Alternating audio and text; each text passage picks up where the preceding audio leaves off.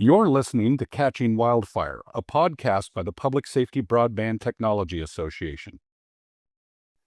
And I am Jeff Johnson, a retired fire chief out of Tualatin Valley, Oregon, past president and executive director of the Western Fire Chief, and an active supporter of the PSBTA and FirstNet and all the services they bring to public safety. I'm very pleased today to have with me two icons of the American Fire Service. Chief Dave Winnacker, recently retired out of a Orinda Fire District in California. He is the Reserve General in the United States Marine Corps. He is a successful private sector developer and is still actively involved with the California Fire Chiefs Association and various other groups in advancing how we think about wildfire. My co-host this morning is Chief Zagaris, better known as Chief V, a virtual legend in the West Coast Fire Service. He headed California Office of Emergency Services for 18 years. He is a senior policy advisor for the Western Fire Chiefs. One hell of a guy, and I don't think I've ever met anyone that is more competent when the bell rings on a wildfire. So Chief Zagaris, Chief Winnacker, thank you for joining me this morning. Thank you. Good morning.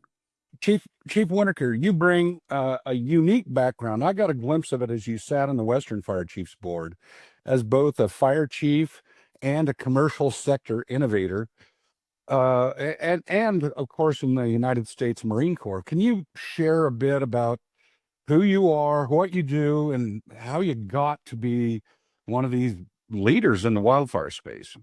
I appreciate that, Jeff. Happy to be here and great to see actual legends in the fire service.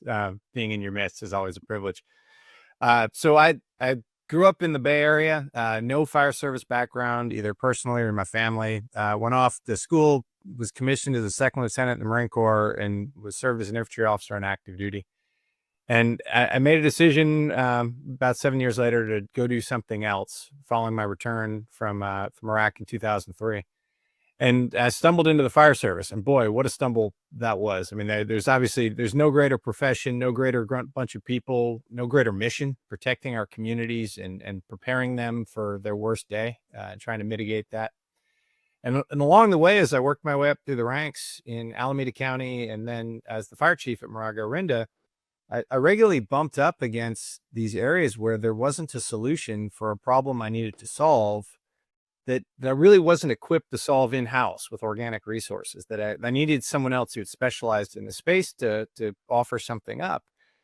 And as I looked at some of the offerings that were out there, specifically in the pre-wildfire mitigation space, it hadn't been developed. And so, I had the advantage of being the fire chief of a well-resourced district where I like to joke, we had problems, but money wasn't one of them.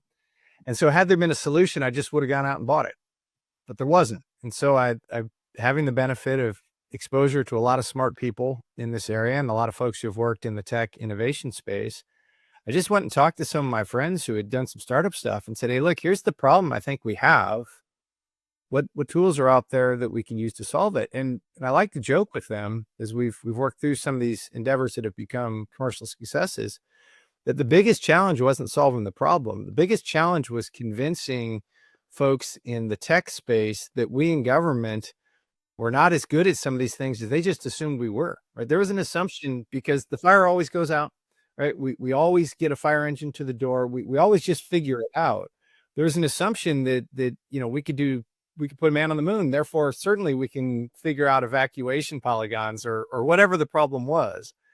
And so then it really became a drive to align people who have technical capability and can code and can, are conversant with agentic AI and all these emerging things that are relevant. How do we match them with practitioners who understand with smoke in their nostrils, dirt on their boots, how they understand the very real problems we face, and we don't in the fire service end up being sold to by others who have come up with what they think the solution is.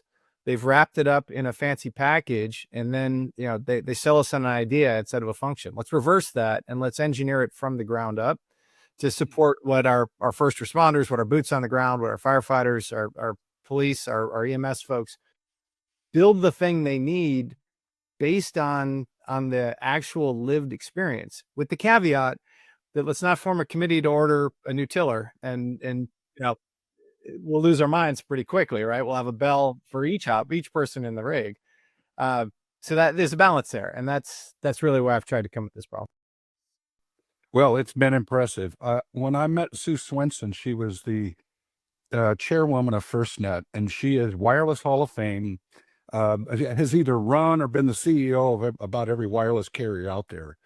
And Sue said to me, I was shocked at how far behind public safety was. I had no idea, and I'm embarrassed that we let our public safety community get that far behind. And that was her opening statement to her leadership at FirstNet. Man, she delivered on that. Chief D? I first met Dave when he was working in Alameda County. I can't remember if you just made BC, and we were working with a lot of the terrorism stuff, and you could tell back then he was somebody who was going places. Alameda County was pretty high on him as well. But when you first met him, I mean, you could just tell that he had great command presence, but not only great command presence, but he sat and really listened to absorb people before that next comment. I'm sure all things that, in his time, probably coming out of the Marine Corps, has probably served him extremely well. So let me jump on a question for you here. Recently, your work focused on a wildfire pathway prediction on modeling. Can you describe that work and really, how it impacts not only for you, but for the fire service as a whole? Yeah, I appreciate that, Chief C. Great question.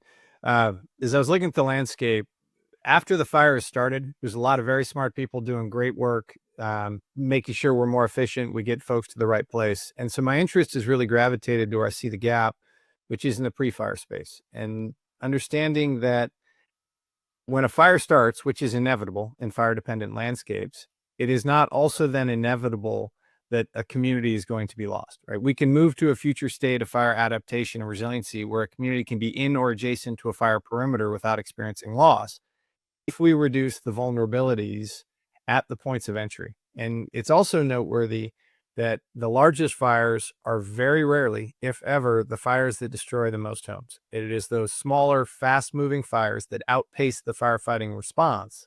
Jack Cohn wrote about this back in 2008 with the WUI disaster sequence. And we get to that point that, simply put, there's more fire than firefighters at a point of entry, and there are more vulnerabilities that allow the homes of those points of entry to ignite. They can get us on the wrong side of the urban fire growth versus firefighting response curve. Now, if there's more fire than firefighters, we lose. If there's more firefighters than fire, we win. It's that simple.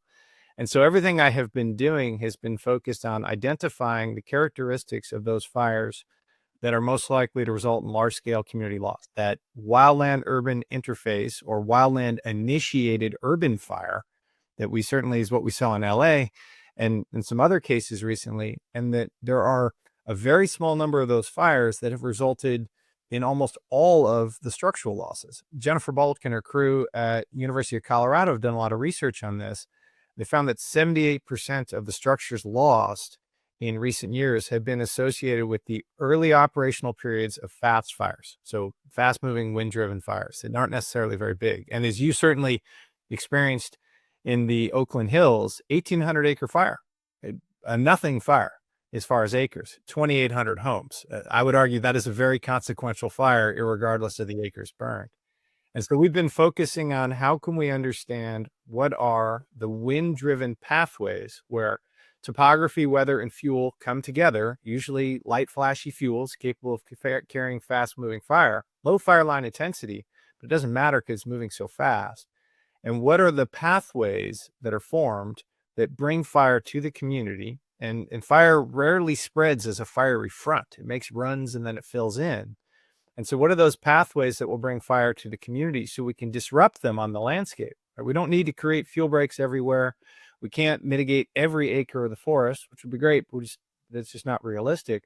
So how can we create that varied age class mosaic, those splats and pods that take fire off its preferred route and turn that running head fire into a flanking fire? slows it, and gives us opportunities for interdiction or for management. And then at those points of entry, where do we place halos, so extended defensible space, to disrupt the ground component of fire and encourage the implementation of defensible space and home hardening, so that those homes that are most susceptible to fire transition, either from the ground component or from three-dimensional ember cast, are prepared to receive fire, so that the vulnerabilities have been removed. As I said, in the forested landscape, it would be great if every home everywhere had defensible space and home hardening, so stipulated. And that is not the reality we live in. I mean, I think we all bear the scars of going out and trying to get every resident in an area to do everything. And so it becomes a prioritization tool. The prioritization tool of where you should be getting people to carry out mitigation measures so their homes are no longer susceptible to wildfire ignition, but also understanding that there is a minimum floor, a number needed to treat, from using statistical terms, a number needed to treat that if you have not gotten enough mitigations with enough density in the appropriate area, you have no value, right? Partial mitigations don't equal partial reduction in risk in the wildfire space, because fire is opportunistic and it will self-replicate. So viewing this through the lens of what needs to be done, but not just in the abstract, hey, we should go do stuff.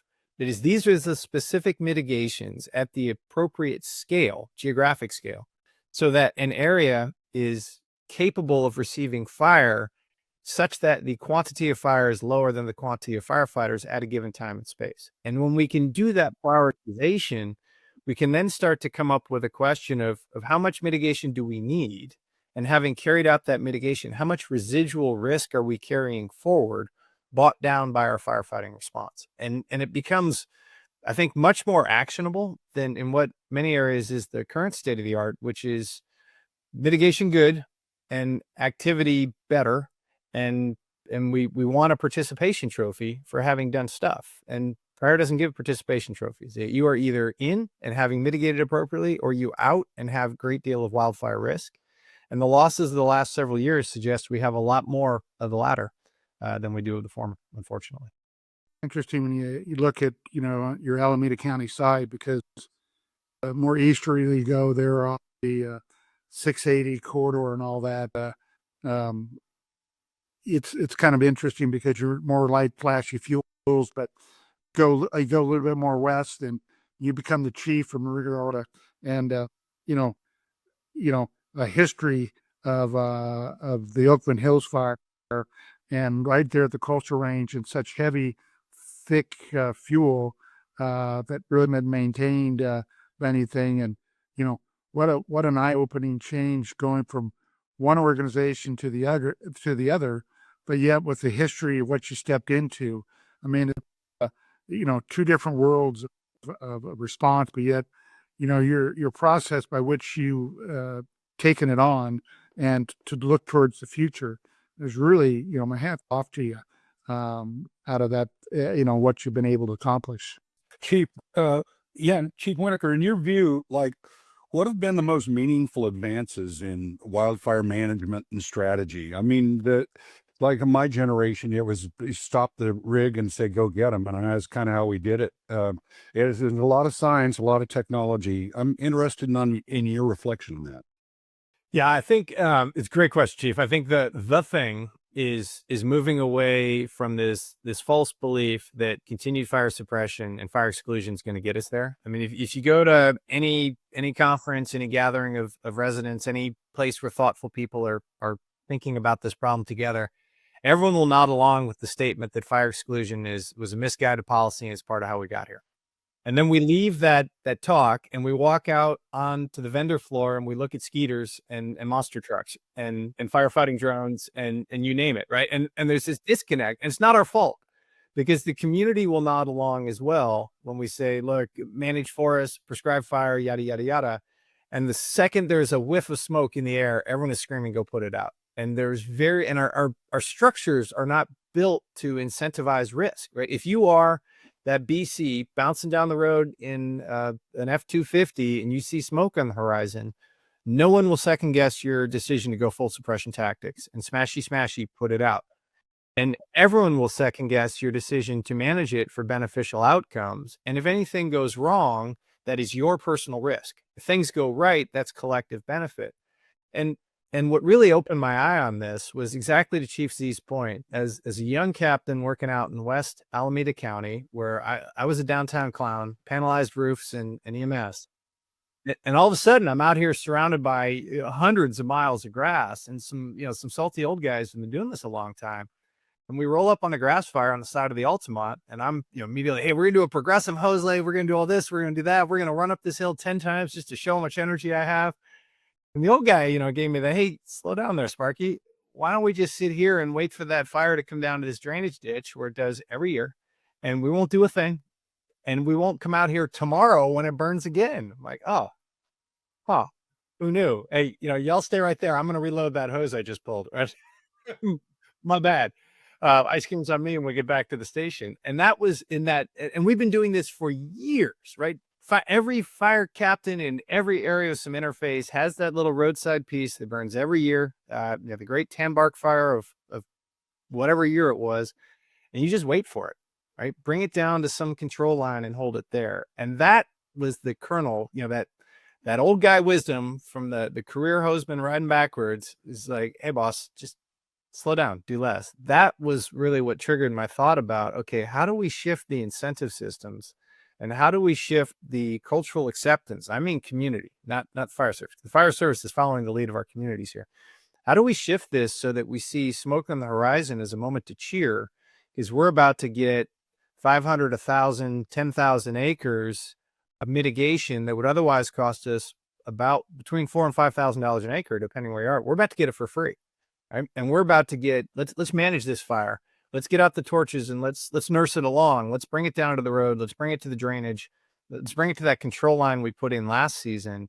And let's start building out these blocks on the days that the conditions are beneficial for good fire. And I've said quietly, but I'll say it loudly this time, the fires we put out, by definition, are the ones we should have let burn because we could put them out. And if we had the ability to put them out, that meant we had the ability to manage them. And I don't mean, this is different than Forest Service discussion out in the woods. I'm talking about at the small scale, are we going to let it go to 5 acres or 10 acres instead of put it out at 2? And we don't need it. Everyone doesn't need to be a home run, right? Let's play Moneyball here. Let's get the ball in play, get runners on base. And every little couple acres we get, that starts to build out that mosaic. So then on that extreme fire day, when we've got 30 to 50 mile an hour winds out of the northeast and 6% RH and your lips are chapped and it's a scary day, we have the benefit of those benign day fires where we burned in a patchwork that now that fire, that terrible day fire, it's working its way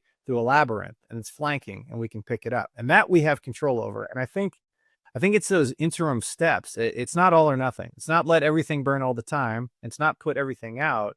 It's being thoughtful and it's empowering our captains and our BCs, because at the end of the day, the three of us are going to be sitting in an office drinking coffee, listening to the radio, and the decision will be made by some guy bouncing down the road in a fire engine who we have given him all of the tools to go put the fire out. And we've given him none of the tools to think about managing it. And if your only tool is a hammer, you treat every problem as a nail, which is a very Marine Corps way to approach the problem.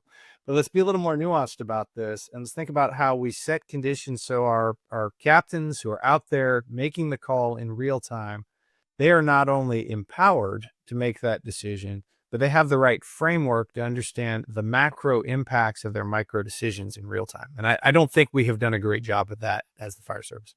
Yeah, I think it's an incredible way to think about it. And to lay the digital foundation and the background for keeping track of what the RH is, and what the ground cover is, and the topography, and where the lines are, and that's in fact happening in real time as we switch from map books in our rigs to digital resources.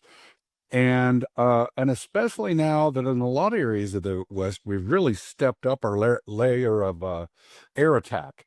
Like, it got pretty thin for a while. And Chief, I don't know if you knew it, but this last week I was in a level 3 evacuation here at my home in Sisters, Oregon. And if you take a look at the flat fire, you'll see that fire wrapped all the way around our neighborhood. I can't tell you how shocked I was, but number one, the effectiveness of the point protection on structures by the structural crews. But literally the choreography of the air attack was something I've never seen before. It was been much better than what I've seen in Oregon. And it really, I don't have a single criticism. And to your point, it'd have been nice to have a couple areas of the chimney, which was White's Creek Canyon, to have that burned out or mitigated in a way that just stops the flow of that fire. Because to your point, it ran that canyon like a chimney, and then it was crawling up the sides in an aggressive fashion, which are catching at the top. But yeah, you make a lot of sense. Kim? Yeah. You talk about your place there, and I talked about choreographic, that air attack with the ground folks. It all comes across good, but when you become a priority fire versus somebody who's not a priority fire, it can also make the difference. And kind of like Dave's analogy, when he was a young guy, or when Dave first became battalion chief, he was working with a good friend of ours, Mike Martin. And Mike Martin, the Cal Fire BC, now retired, but ran a lot of that 680 corridor there. Talk about a guy who mentored and always had a good view of things, and really kept things in perspective, and just another icon to learn from early in your career as a captain of BC and out of that. But all very interesting where we're at and where we're headed. So Dave, what do you see as the greatest barriers currently facing the wildfire community? I mean, you yourself there as the fire chief made a decision about some clearances, and how far to clear around houses that ultimately now is we've talked about in previous conversation. Now you look at the state going from 0 to 5 foot around everything, clear everything out. I mean, so about those barriers and what you think. Yeah, be careful what fights you pick. That would be my still got some scar tissue to show. And yeah, just because you're pure of heart and righteous in your intent, and this is what needs to be done, doesn't mean the community's ready for it. And you gotta be able to see which way the wind's blowing and read the room.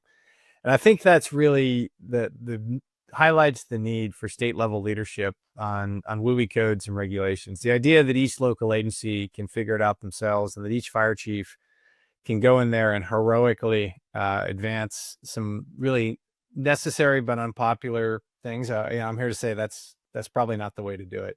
There were some pretty brutal days there, alone and unafraid, with the fire marshal, with everyone coming after us with pitchforks. Unfortunately, though, notwithstanding the lack of public support and the outcry that it raises, the fire science is immutable, and the findings are crystal clear. If your home is not prepared to receive wildfire, and I mean specifically ember cast, it will burn.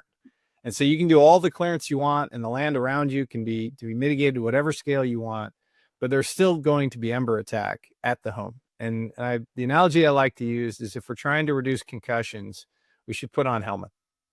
We should not run around bubble wrapping every hard object a person is likely to encounter during the day, in case they fall at that moment, that their head would be protected. And that's what we've really been trying to do when we've focused solely on fuel breaks and on landscape management and on things done by someone else. And we have bounced off the hard position of encouraging and eventually requiring residents to do their part so their home is fire adapted. And that's not easy. And we're asking people to make change.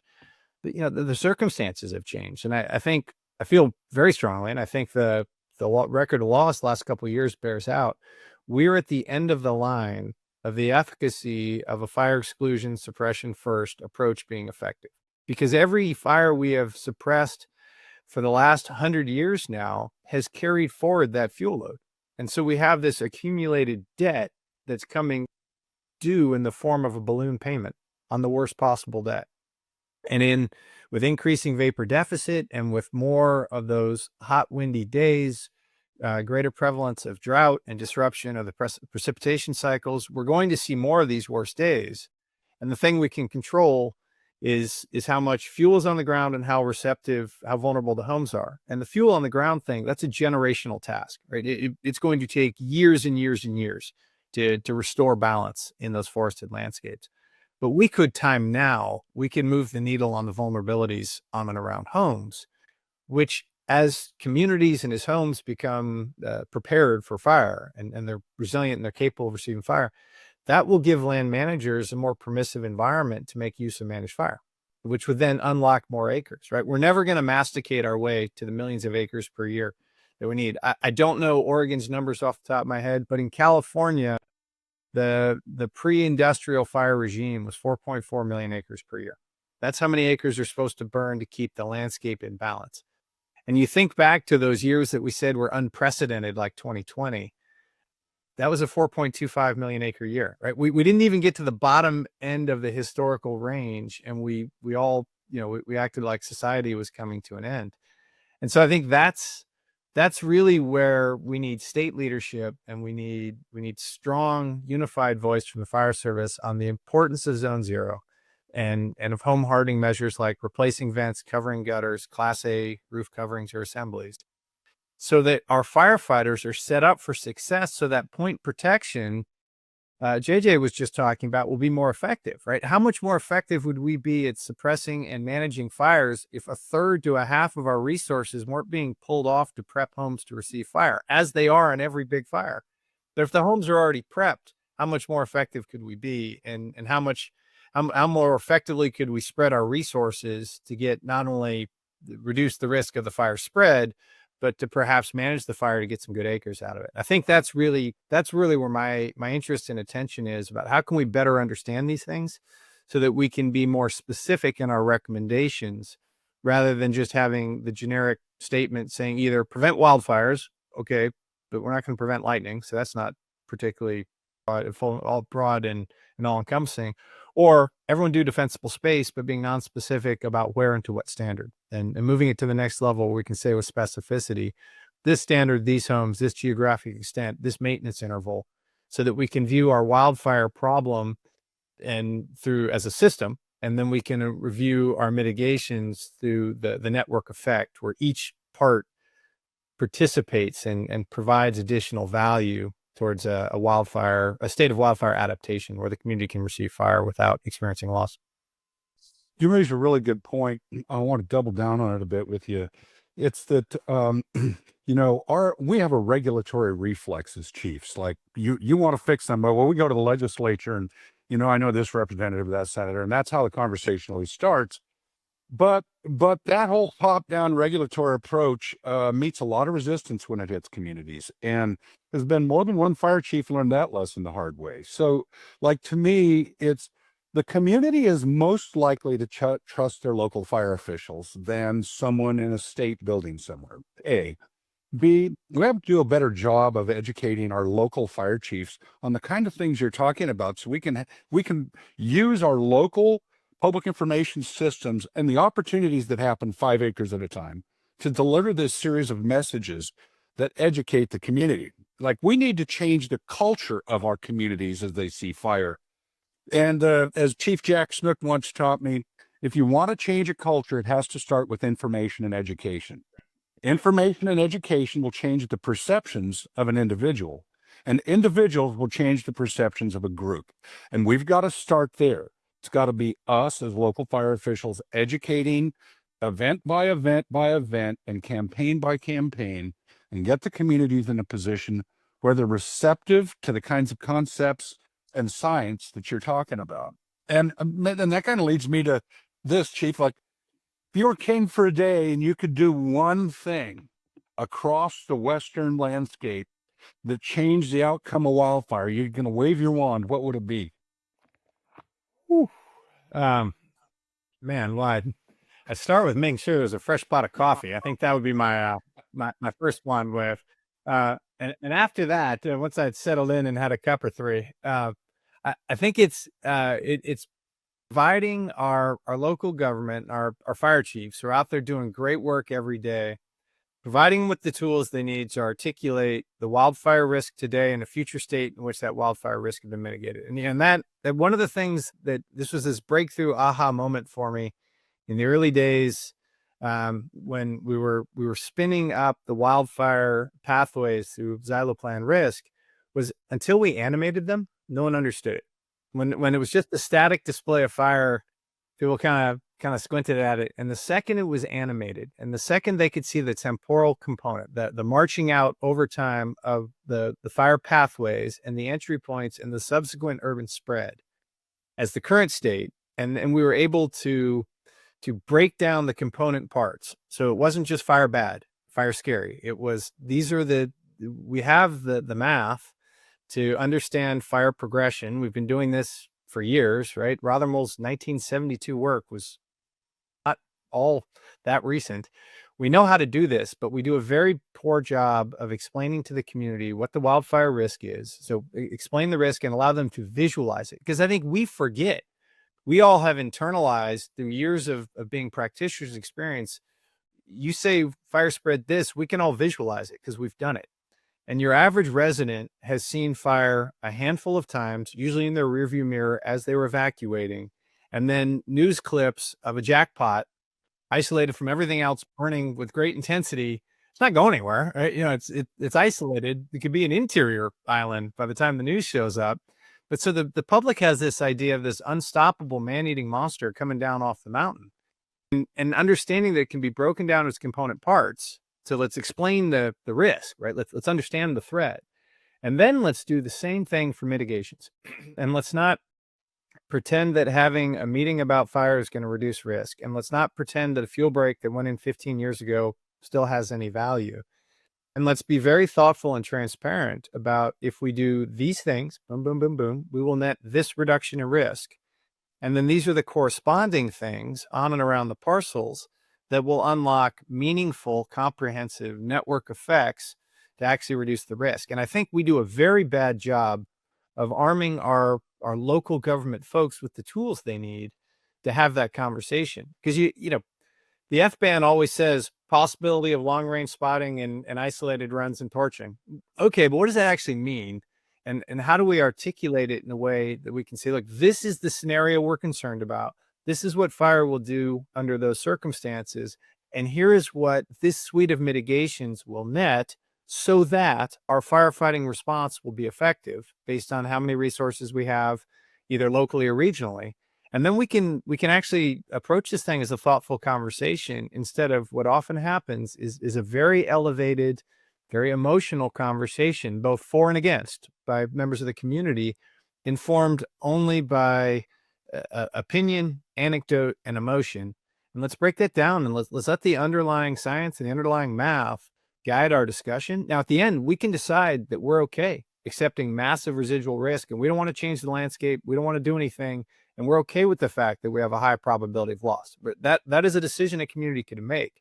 But let's at least make it with some underlying science and use some math, rather than the I feel statements that normally dominate these conversations. I love how you think of that. I love the idea of you know, essentially presenting something people can see, and because that actually would be motivating for them to see how it was going to affect their home. And it's not just a mailing that they get, here's how to prepare your home for wildfire. No, that fire is going to come up this canyon and your house hangs over the edge, and this is how it's going to work out for you. Those are important moments. Chief, for our last question, do you have anything to add, or Chief Z? You know, I think, you know, from when we first opened up with Dave till now, I mean, he's made some really great analogies from that day of sitting in that captain's seat, and, you know, decisions that could be made, and whether we put them, you know, kind of manage a fire so we don't have to deal with it later. Really reminds me of my earlier days of, you know, the old guys, old salty folks saying, hey, well, we're going to let it just burn the road. We won't have to catch your this summer. I think there's a lot of good analogy out of it, but surely the tech, what we have and how we look at it today, has really come a long ways. You know, I was thinking as Dave was talking, you know, my early days when we'd have a bad weather kit and you'd take the temperature, then you'd spin to see what the humidity and that was. And nowadays we just look at our smartphone and can tell us what the humidity is and what the temperature is. And I mean, you know, some things that happen we somewhat take for granted, but really help us quite a bit, and no different than the way we're using to transfer information back and forth, or how quickly we're bringing information from aircraft down with the fires program, or where we're going with the Earth Fire Satellite Alliance group. I mean, pretty amazing. But at the end of the day, we're just scratched the surface. We've got a lot further to go. Maybe good to have Dave back at some point with his other Frank. We could talk about the insurance crisis. Well, that'd be great. Chief Winnacker, any last thoughts? Chiefs, I really appreciate the opportunity. I'd say I very clearly stood on the shoulders of those who went before. You all are in that category, and as I hope others will stand on the shoulders that my peers and what we did to try to advance the ball. I would just encourage folks, don't accept the way it is as the way it has to be. You are charged with the prevention, suppression of fire in your community, with the welfare of your residents. And that doesn't just mean doing what we've always done. We have new tools that are available. We also have a new reality, right? Fire is burning differently than it did 20, 30 years ago. And we can't just keep doubling down on what we've always done. As I'm sure you've always heard, any particular fire department, it's 100 and something years of tradition unimpeded by progress. It doesn't need to be that way. We've gotten a lot smarter about a lot of things, right? We're not, we wear bunker pants and compressed air when we go inside a burning building now. That wasn't the way it always was. I wouldn't argue that it used to be better.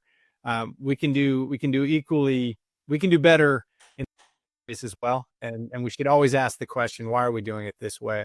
I came to the wildland area late in my career, but it was great because I just learned from what everyone else had done and was able to advance it. I didn't have to go through all of the learning steps because there are those who have gone before, a lot of whom have taken the time to write down their thoughts, right? If you're interested in the wildland space, read what Jack Cohn wrote. He wrote it a long time ago, and it's still incredibly relevant and an excellent starting point from which you can then advance your journey of making your community safer. And the last thing I'd say, this is a Marine Corps pet peeve. I've been in the Marine Corps now 30 years, active duty and reserves. And it is an up or out organization, meaning at every step, if I did not promote, I got kicked out. So as a captain, if I had not promoted to major by about 10 years in service, it would be thank you for your service, but you need to leave. You can't stay, right? If you do not promote, you're shown the door. And as a result of that, you're always just passing through, and you're always hyper-focused on developing and preparing those Marines that work for you to take your place, because they're going to, because you're either up or you're out. Your time here is very short. And as a result of that, you're always looking for who your replacement's going to be. And once you identify them, you're always looking for how you can prepare them for success, because their success is your success. And you believe and are committed to the organization. You love the Marine Corps, because all Marines do. Well, the best thing you can do is prepare those junior Marines to take it forward and to perpetuate the institution that you care for. In the fire service, I don't know that we do as great a job of that. And because we are not all on an escalator and there's fits and starts, you do hear some, hey, grow some whiskers, kid, right? Wait your turn. And I would just encourage folks to really actively seek out those folks that are more senior to them, who have experience from whom they can learn. So, right, go seek out your mentors. And then for the more senior folks, seek out your mentees. And that one flows both ways. And if there's some salty old guy who knows a lot, they will probably tell you, if you ask them, what their lessons learned are. And they should also be looking to tell. And I think we have a lot of ground we could cover and a lot of improvements we could make with regard to our mentorship and how we empower and develop our young firefighters to become future fire chiefs. And we're recognizing that if we don't do that, if our senior leaders don't go seek out those firefighters with great promise to help mentor them along, if we don't do that, someone else will fill that vacuum. Right? And every organization, fire service no different, has some folks that are a little grumpy and maybe don't necessarily want to be there. And you don't want them getting their hooks into your future talent, right? You got folks with great talent who end up becoming Darth Vader, and we want to pull them in to the being meaningful participants and give them that path to help make the organization better. Just a PSA about an area I think we could do better, because we have so much great talent and so many awesome people in our fire stations, many of whom have no idea how to get involved. Just go grab them up, say, hey, I'd love to come sit in this budget committee or whatever, right? Pull them in. Not everyone needs to be on the technical rescue and host load. Yeah, I want to be involved in the budget committee, said no one ever, right? But you will Chief, be, right? Because when they're the fire chief 15 years course from you now, they're will. going, man, I wish I knew what this stuff meant. Of course they will. It is so true what you said. I was also reflecting, given my late entrance into the wireless space as a public safety professional, just what's really clear to me is this transition from paper to digital tools. And as Chief D mentioned, you have the Earth Fire Alliance launching wildfire-specific satellites with hyperspectral sensors, et cetera. The notion of public safety grade, tenacious digital connectivity is going to be more and more critical so that we can see the maps, we can measure the risk in real time, we can make informed decisions. And when we make these things, they flow onto a common operating picture that our cooperators and interagency folks can see and coordinate with. And we're still short of the equivalent of ATAC in the local public safety community. And I'm just grateful for FirstNet and their investment in tenacious connectivity and their focus on creating a common operating picture for us. And I want to thank you, Chief Dave Winnacker and Chief Kim Zagaris, for joining today and sharing your wisdom with us. And I want to thank everyone for joining again another Catching Wildfire podcast by the Public Safety Broadband Technology Association. And we will see you shortly.